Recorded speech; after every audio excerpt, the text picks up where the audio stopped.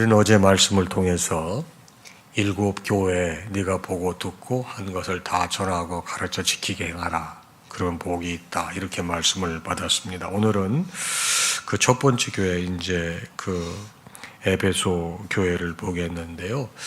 이 교회가 이제 에베소 교회, 서모나 교회, 보가모 교회, 두아디라 교회, 사대, 빌라델피아, 라오디게아 이렇게 일곱 교회가 되겠습니다.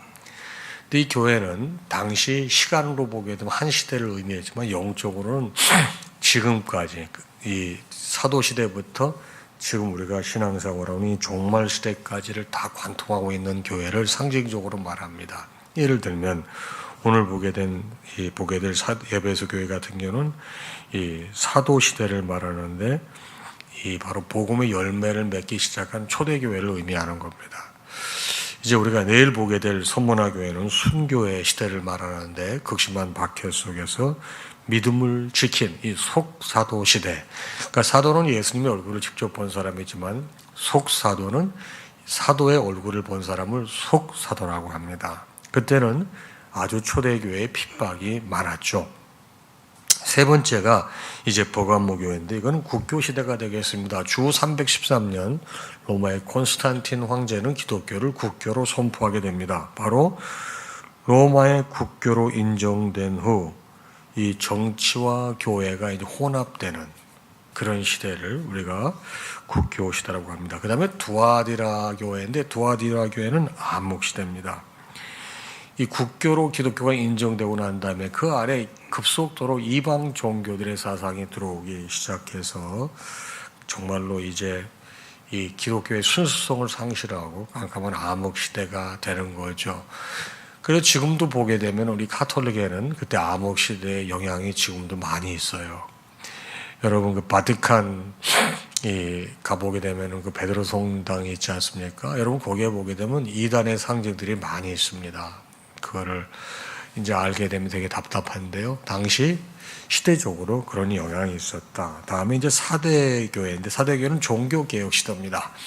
암흑기가 있었기 때문에 이것을 갖다가 이제 벗어나야 되지 않겠습니까? 그래서 진리로 암흑기를 밝히는 종교개혁의 시대가 사대교회가 되고 그 다음에 이제 빌라델피아 교회가 되겠습니다. 빌라델피아 교회는 선교 시대를 말합니다. 이 종교 개혁이 끝나고 난 다음에 폭발적으로 선교 시대가 일어나게 됩니다. 미국 주도 아래 전 세계로 선교의 문이 열리게 되죠. 그리고 마지막으로 라오디게아 교회는 종말 시대를 말하는데 미지근한 신앙으로 전도의 문이 닫힌 시대, 요즘을 말하고 있지 않습니까? 그래서 이 일곱 교회는 전부 그런 내용을 담고 있는데 오늘 첫 번째 에베소 교회 처음 사랑을 회복하라 이 내용을 잠깐 보겠습니다. 우리 주님께서는 에베소 교회의 행위와 수고와 인내를 다 하신다고 말씀하셨습니다. 그러나 에베소 교회가 처음 사랑을 버린 것을 책망하시면서 너희가 어디에서 떨어졌는지를 생각하고 회개하여 바로 처음 행위를 가지라고 하십니다. 그리고 이제 성령께서 교회들에게 하시는 말씀을 들으라고 말씀하시면서 이기는 자에게는 생명나무의 열매를 주겠다고 약속하셨습니다. 이것이 이제 오늘 말씀의 전체 내용이 되겠습니다. 자, 그럼 처음 이 사랑의 행위는 뭐를 말합니까? 여러분, 에베소라고 하는 도시는 어떻게 보게 되면은 그 유럽과 아시아를 연결하는 그런 도시라고 봐도 되겠습니다. 굉장히 무역이 성행했고요. 경제적으로 윤택한 도시였고, 상당히 화려한 도시였습니다. 그러니까 사회적인 그런 영향이 교회에 자동으로 영향을 줄 수밖에 없을 터인데 그럼에도 불구하고 그 도시에서 신앙생활하는 많은 성도들은 이 믿음을 지키고자 굉장히 수고하고 인내했습니다. 특별히 그 에베소 교회는 이 자칭 사도라 하는 자들이 적지 않게 있었는데 그들의 거짓 가르침에 흔들리지 않고 이단을 단호히 배격하는 그래서 주님께로부터 크게 칭찬을 받은 교회가 바로 에베소 교회가 되겠습니다. 그래서 우리 하나님께서는 주님께서는 내가 너를 잘한다 이렇게 말씀하셨습니다. 이 말씀 여러분과 저에게 우리가 자칭 사도라고 하는 사람은 누구이며 우리가 분별해야 될 사람은 누구인가 이걸 깨닫게 해주는 것입니다. 여러분 이단이 이단 이루고 나오지 않아요. 마귀가 마귀 이렇게 쓰지 않아요. 사탄이 사탄 이렇게 쓰지 않아요. 여러분 다른 사람 속이는 사람들은 나는 속이는 사람 쓰지 않아요. 전혀 안 그럴 것 같은 사람들이 하잖아요. 그래서 우리가 속아 넘어가는 거 아니에요? 그래서 분별의 영이 있어야 되겠다. 거짓을 가르치는 사람을 잘 분별해야 돼요. 여러분 진리를 가르치는 사람들은 그렇게 매력적이지 않아요. 맛이 별로 없어요. 유혹이 달콤하고 매력적인 거예요. 잘 아시겠죠? 여러분 집에서 엄마가 해주는 밥이 뭐가 그렇게 대단히 맛있어요? 맨날 먹는 밥인데 아무리 어머니가 요리사를 하더라도 집에 와서는 요리사 기술 발휘하지 않아요. 밖에서 징그러워가지고 그냥 평상시에 드시는 거로 드시는 거예요. 그런데 식당에 가봐요. 얼마나 화려해. 눈을 그려요. 근데 맨날 그 음식 먹어봐요. 아무리 화려하고 맛있는 것도 집에서 평범하게 해주시는 어머니 음식 맛을 못 따라가는 거예요. 여러분이 신앙생활하는 교회에서 제가 가르치는 말씀 팬시하거나 뭐 팬타스틱하거나 뭐 화려하거나 확 당기거나 그렇지 않아요. 그렇지만 여러분 늘상 하나님 말씀 평안하게 가르치는 거예요. 주님께서 주시는 지혜대로. 왜? 제가 하는 건 마라톤이지 100m 단거리가 아니잖아요. 잘 구분할 줄 아셔야 돼요. 누가 오게 되면 성경 공부하자고 그러면 굉장히 재미있고 안 들어보던 것 같은 막 얘기하거든요. 세상에 우리 목사님 뭘 가르치셨대? 정신 똑바로 차리시고 엄마 밥이 제일 좋은 거예요.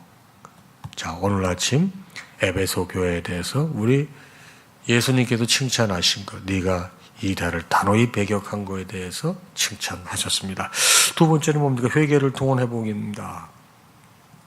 이 사람들이 보니까 아주 부지런히 일했습니다. 에베소 교회 교인들이. 그리고 고난을 참고 이단과 싸우며 이 거짓 교훈을 아주 물리치는 데 집중했어요. 그러다 보니까 본질을 놓쳐버린 거예요. 처음 사랑을 놓쳐버린 거예요. 우리도 신앙생활 하다 보게 열심히 봉사하다 보면 나도 모르는 사이에 내가 구원받은 그리스도인이라는 사실을 잊어버리고 날 구원해 주심의 은혜를 망각할 수 있어요. 나도 모르는 사이에 봉사하고 헌신하고 막 그러다 보면 마르다처럼 되지 말라는 법이 어디 있어요. 에베소 교회가 사실 이런 모습을 보였던 것이죠. 만약에 예수님께서 우리를 사랑하신다고 하는 그 사랑을 잊어버리게 되면 교회 안에서 형제 자매 간에 사랑하는 것도 잊어버리고 그래서 교회 안에 갈등이 생기는 거예요. 그래서 교회 안에 바울파도 생기고 아볼로파도 생기고 게바파도 생기고 직통 게시파인 그리스도파도 생기는 거예요. 주님께서 이거를 지적하시고 첫사랑을 너희가 잊어버렸다. 여러분 우리도 신앙생활 하다가 내가 형제들과 신앙생활하고 갈등이 생기면 내가 첫사랑을 잃어버린 거예요. 내가 처음 사랑을 회복하고자 또 시인하고 내가 고백해야 될 허물이 있을 수 있어요. 죄가 있을 수 있어요. 잘못이 있을 수 있어요. 여러분 그것을 우리가 회개하는 사람, 영적으로 매우 건강한 사람이 되겠습니다. 다음 세 번째는 뭡니까? 생명나무 열매입니다. 여러분이 하나님 말씀은 이제 성령께서 귀 있는 자는 들으라고 그러셨단 말이에요. 여러분 하나님 말씀을 자꾸만 이 지식적으로만 알면 안 돼요. 이 인지 세계에만 하나님 말씀이 머물면 안 되는 것입니다. 그리고 거기에 머물게 되면 사람은 자꾸 옳고 그름만 판단하게 되죠. 여러분 제일 경계해야 될 게 하나님 말씀을 지식으로 알고 옳고 그름만 판단하는 거예요. 여러분이 신학생 시절에 밤이 맞도록 성경 토론을 얼마나 많이 했는지 몰라요. 요즘엔 우리 신학생들은 그런 거 하는지 모르겠어요. 네가 옳다 내가 옳다 뭐 다 그러는데 뭐 그런 과정도 필요하겠죠. 그런데 하나님 말씀은 옳고 그름, 지식의 문제로 접근하는 게 아니고 생명의 문제로 접근하는 거예요. 하나님 말씀은 영혼을 살리는 것이고 복음은 살리는 거지. 바로 이 에베소 교회는 그 부분을 잘 못했어요. 그걸 지적하는데 이제 니골라 대왕 같은 경우를 배격한 것은 정말 칭찬했어요. 바로 니골라 대왕은 너희가 이제 구원을 받았으니 앞으로 편하게 살아도 된다. 대표적인 거거든요. 니골라가 누굽니까? 7 집사 중에 하나거든요. 사도가 아니잖아요. 열심히 성령 충만했고 또 많은 사람들 칭송받았고 지혜가 있었지만 평신도였잖아요. 여러분 그러니까 이 부분을 조심해야 됩니다. 평신도가 하나님 말씀 많이 외울 수 있어요. 잘 알 수 있어요. 그런데 말씀의 해석은 또 다른 이 수준이거든요. 이 부분을 늘 겸허하게 받아들일 필요가 있습니다. 자, 그래서 우리가 이제 이 회개라고 하는 게 중요한데 회개는 사실 굉장한 축복인데 사람들이 그걸 잘 이해하지 못합니다. 자, 그럼 오늘 아침 말씀이 구체적으로 여러분과 저기 어떤 내용으로 다가올까요? 자, 먼저 이 에베소 교회는 칭찬받았다고 말씀을 드렸습니다. 칭찬받은 것을 어떻게 칭찬하셨느냐? 너희 믿음의 역사와 사랑의 수고와 우리 주 예수 그리스도에 대한 소망의 인내를 우리 하나님 아버지 앞에서 쉬지 않고 기억하미니 그랬습니다. 바로 내가 내 행위와 수고와 내 인내를 알고 또 악한 자들을 용납지 아니한 것, 자칭 사도로 하는 자 이를 시험하여 거짓된 거 내가 드러낸 것을 칭찬한다 이 말이에요. 이게 에베소 교회가 칭찬받은 거예요. 근데 두 번째로 이제 악한 자를 용납지 않았다. 이 부분이 굉장히 중요해요. 뭐가 악한 자다? 당시의 대표적인 악한 자가 에비온파입니다.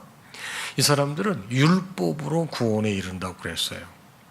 이게 악한 자들이에요. 자칭 사도로 하는 자들. 그 다음에 아까 말씀드렸습니다만 이 영지주의의 분파 중에 하나가 바로 니골라도 될 수가 있겠는데요. 영지주의는 육체는 악하지만 영은 선하다는 이원론이에요. 이런 게 초대교회에 아주 일반화됐었는데 에베소 교회가 그걸 단호히 배격한 것이 되겠습니다. 그 다음에 이제 거짓된 자들 나오지 않습니까? 거짓된 자들. 거짓된 자들은 이제 로마와 동방 사이에 위치한 에베소, 그러니까 제가 이 유럽과 아시아의 중심이라고 그러지 않습니까? 에베소에 많이 등장했습니다. 바로 그 중에 자생으로 된 게 이제 니골라당이 되겠는데 양떼를 노리는 흉악한 일이라고 말씀하셨습니다. 사도행전 20장 29절입니다. 내가 떠난 후에 흉악한 이리가 너희에게 들어와서 그 양떼를 아끼지 아니하며 영적으로 니골라당은 바로 양떼를 노리는 흉악한 이리로 묘사를 했는데 자생한 거예요. 7 집사 중에 하나가 타락해서 그렇게 된 거예요. 예수님의 제자 12명 중에서 하나 이상한 게 나왔잖아요. 가룟 유다가 나왔잖아요. 7 집사 중에 스데반과 같은 순교자가 나오는 동시에 니골라와 같이 이렇게 대형 사고를 치는 자도 나와요. 하나님의 교회는 양과 염소가 존재하고요. 늘 우리를 넘어뜨리려고 하는 일이 또 존재한다는 사실을 잊지 마시고 똑바로 정신 차리고 신앙생활을 해야 되겠습니다. 다음에 이제 그러나 4절에 보게 되면 책망받을 게 있는데 바로 처음 사랑을 버렸다고 하는 것을 책망하시지 않습니까? 처음 사랑을 버린 게 뭘까요? 이거는 사실은 농도에 관한 거예요. 농도가 뭐 희석이 뭐 약하다, 농도가 진하다, 흐리다 이런 표현 쓰지 않습니까? 주님은 변함이 없으십니다. 그러나 사람은 아침 저녁으로 바뀌어요. 그런 사람은 조속으로 변합니다. 그러나 초대교회는 참고 견디며 열심을 내었습니다. 그럼에도 불구하고 주님의 기대치에 미치지 못하고 흐려졌습니다. 바로 뭡니까? 처음 사랑을 버렸기 때문입니다. 이건 무슨 말이에요? 점점 약해졌다는 거예요. 점점 약해졌다. 초점이 흐려져 갔다는 거예요. 바로 혼란에 빠져갔다는 것이죠. 여러분 초대교회 봅시다. 사도행전 2장에 보게 되면 초대교회가 마가의 다락방에 임한 성령 하나님의 은혜를 체험하고 난 다음에 초대교회가 멋지게 출발했습니다. 그런데 사도행전이 전개되면서 교회가 초점이 흐려지고 약해지고 혼란에 빠져가는 모습을 보여줍니다. 사도행전 5장에 보면 어떤 얘기가 나오죠? 아나니아와 삽비라 얘기가 나오는 거예요. 초대교회에서 이런 기가 막히게 문제가 생기는 헌금 문제로 교회가 혼란에 빠지는 거예요. 사도행전 8장에 보면 어떤 얘기가 나옵니까? 돈으로 성령을 살려고 하는 내용이 나오지 않습니까? 이 충격적인 얘기가 나오는 거예요. 사도행전 2장에서 시작된 초대교회가 5장과 8장까지가 이렇게 초점이 흐려지고 방향이 상실되고 혼란스러워지는 것입니다. 그 다음에 15장에 가게 되면요, 구원론의 혼동을 였습니다. 그래서 기가 막힌 문제가 생깁니다. 구원은 율법으로냐 복음으로냐 하는 문제가 가지고 대판 싸우는 거예요. 여러분, 한국 교회가 이런 걸 보면서 깊이 깨달아야 될 게 뭐예요? 우리도 처음 사랑을 잃어버리자는 생각해 봐야 돼요.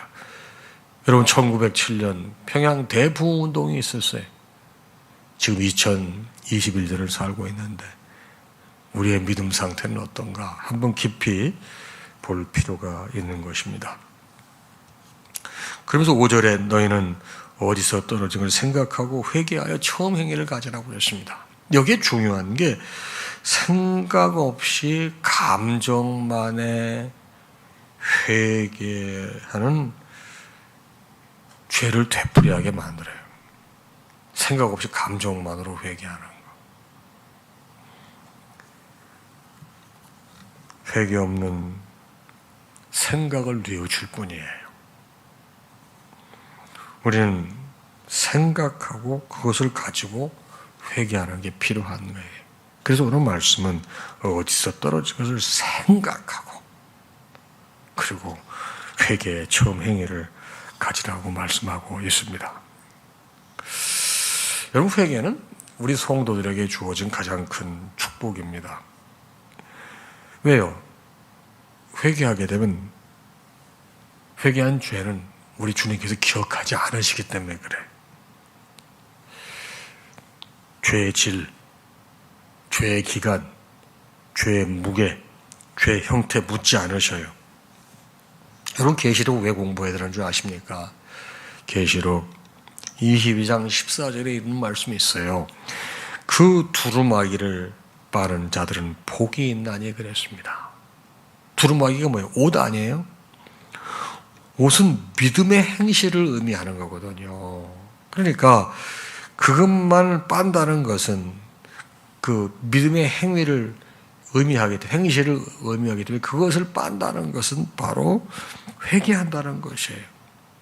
그러니까 그 두루마기를 빠는 자들은 복이 있다고 그랬으니까 하나님께서 회개하는 자들에게 소망이 있게 만드신다는 거예요. 그래서 에베소 교회에 네가 어디에서 실족했는지 생각하고 회개하여 돌아오라는 거예요. 굉장히 중요한 말씀이 되겠습니다. 이제 주님께서는 칭찬으로 입을 여신 주님은 축복으로 이제 말씀을 마치시는 거예요. 주님께서는 주신 경고를 기억하여 돌이키고 다시 열심을 내어 승리하게 될 때 놀라운 복이 이른다 그럽니다. 그러면서 그거는 귀 있는 자, 7절에 귀 있는 자는 성령이 교회들에 가시는 말씀을 들을지어다 그랬습니다. 귀 있는 자들에게만 가치 있다는 거예요. 주님의 축복은. 여러분, 말을 알아들어도 그 의미를 모르는 사람들이 있어요. 유치원생들은 말하는 건 말은 들어요. 근데 의미를 몰라요. 대학생들은 의미를 들어요. 의미를 읽어요. 여러분, 유치원생들도 글 읽을 줄 알아요. 근데 그 의미를 몰라요. 여러분, 외국인들 한국말 배우는 걸 보게 되면 우리 한국말이요, 초성, 중성, 종성으로 돼 있어가지고 배우기가 참 쉽습니다. 예, 글씨는. 표현이 진짜 어렵죠. 제가 한번 말씀드렸죠. 뭐 사람 죽었다라는 표현이 왜 이렇게 많아요. 하나만 예를 들어도 뭐 돌아가셨다, 뭐 숟가락 났다, 뭐 이 세상 떴다, 이제 영혼이 안 보여, 뭐 등등. 외국인들이 그걸 어떻게 기억하겠어요? 영어는 passed away, 뭐 dead, 이 정도 며칠 많잖아요. 여러분도 저도 여기 말씀 귀 있는 자는 성령이 교회들에게 하시는 말씀을 들을지어다 그랬단 말이에요. 글씨만 읽지 마시고 듣지만 마시고 의미를 읽고 의미를 생각하라는 거예요. 그래서 여러분 귀 있는 자는 성령이 교회들에게 하시는 말씀을 들을지어다 할 때 그걸 잘 새겨 들으시기 바랍니다. 여러분 요한계시록은 이런 걸 다 집대성한 책이에요. 그래서 다 하나님 말씀이 중요하지만 우리가 특별히 계시록에 대해서 이런 접근을 하는 것입니다. 오늘 하루도 주 안에서 평안하시기를 주님의 이름으로 축복합니다. 축도로 예배를 마치겠습니다. 우리 주님 예수 그리스도의 크신 은혜와 하나님 아버지의 무한하신 사랑하심과 성령님의 감동, 감화, 교통, 역사, 충만하심이 오늘 아침에 주신 말씀을 받고 하루를 시작하는 사랑하는 당신의 모든 자녀와 그 가정 위에 이제로부터 영원토록 함께 있을지어다. 아멘.